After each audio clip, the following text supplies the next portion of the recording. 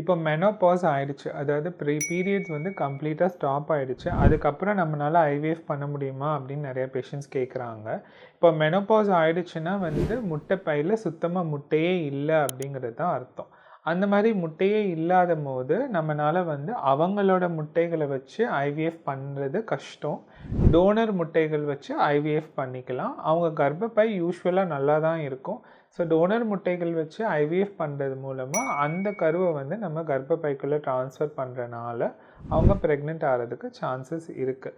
But இது toner பண்ண உங்களுக்கு இஷ்டம் இல்லை வந்து உங்கள் டாக்டர் வந்து டோனர் சைக்கிள்ஸ் பண்ண மாட்டாங்க அப்படிங்கிற பட்சத்தில் நீங்கள் என்ன பண்ணலாம், ஸ்டெம் செல் வந்து ட்ரை பண்ணலாம். இது வந்து ஒரு எக்ஸ்பெரிமெண்டல் தெரப்பி தான், கண்டிப்பாக உங்களுக்கு ரிசல்ட் கொடுக்கும் அப்படின்னு சொல்ல முடியாது. ஸ்டெம் செல்லை வந்து ஓவரிக்குள்ளே இன்ஜெக்ட் பண்ணி அது மூலமாக ஏதாவது முட்டைகள் வளருதான்னு பார்த்து அதை வச்சு நம்ம ஐவிஎஃப் பண்ண முயற்சி பண்ணலாம்.